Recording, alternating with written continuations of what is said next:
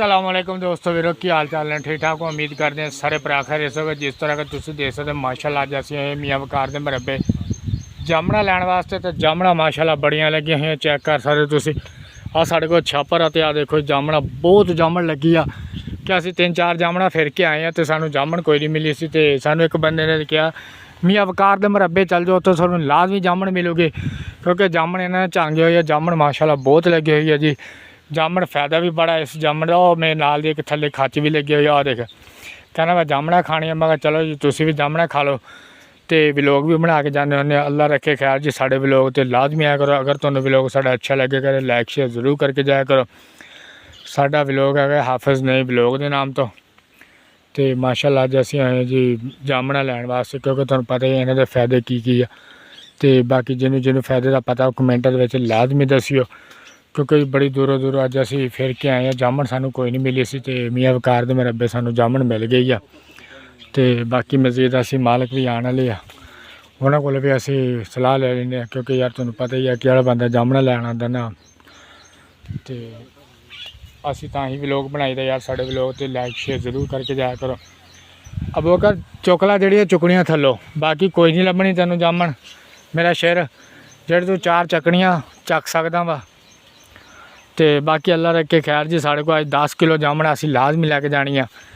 जिन्ना साढ़े को हो सकता असीं जरूर लैके जावांगे जामना। उस्ताद जे बारिश आ जाएगा ना बड़ी जामन पक्के उस्ताद बड़ी जामन लगी है माशाल्लाह।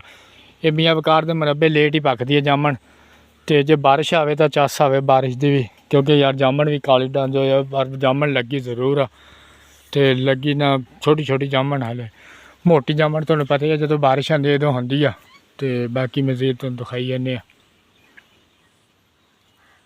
लिया माशाल्लाह अज असीं आए सी जामना लैन वास्ते। तो जामना असीं लईआं तोड़ तकरीबन काफ़ी सानू जामना लभ गई ने 8-10 किलो जामन हो गई है साढ़े कोले। तो बाकी मजीद तुहानू असीं व्लॉग दे विच दिखावांगे जी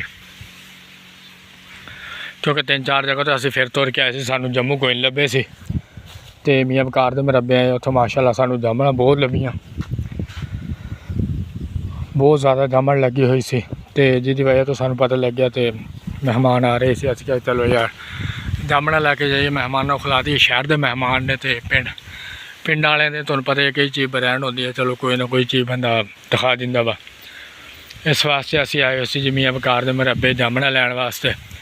तो जामना मजीद सानू हुण मिल गई ने 8-10 किलो जामन असीं तोड़ लई आ। तो बाकी मजीद तुहानू दिखा देंगे क्योंकि तुहानू पता ही असीं व्लॉगिंग भी करते हैं। तो साडा यूट्यूब चैनल हाफिज़ नई व्लॉग के नाम तो टिकटॉक की आईडी हैगी आ गुलपुर दे मुंडे 0 क्योंकि तुहानू पता है यार असीं व्लॉगिंग भी करते होंगे। तो बाकी मजीद असीं है कि पिंड वाले व्लॉगिंग करी दी आ। काफ़ी लोग यार ना देख के कहते यार व्लॉगिंग माशाल्लाह अच्छी करते हैं।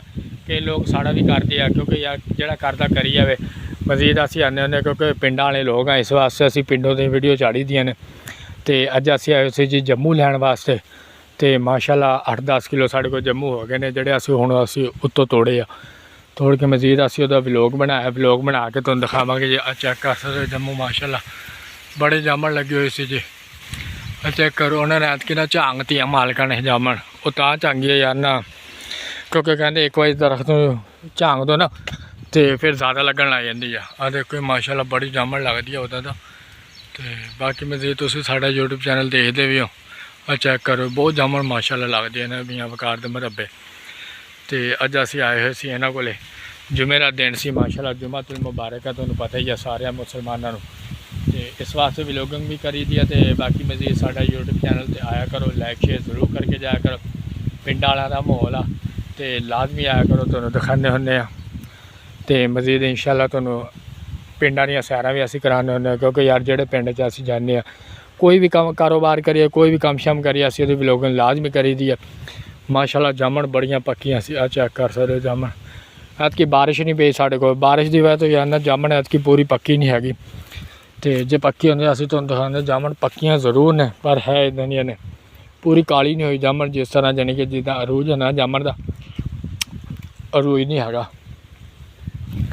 बाकी मजीद उत्तों चढ़ के 8-10 किलो जामन असीं लै लई आ।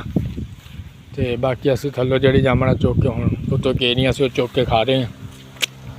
मज़ा आ गया मैं मुका दे मेरे बयान का। जिन्हें जिन्हें जामन खाने मेरे नाल राबता करो, जामन लाजमी खिलाऊँगा।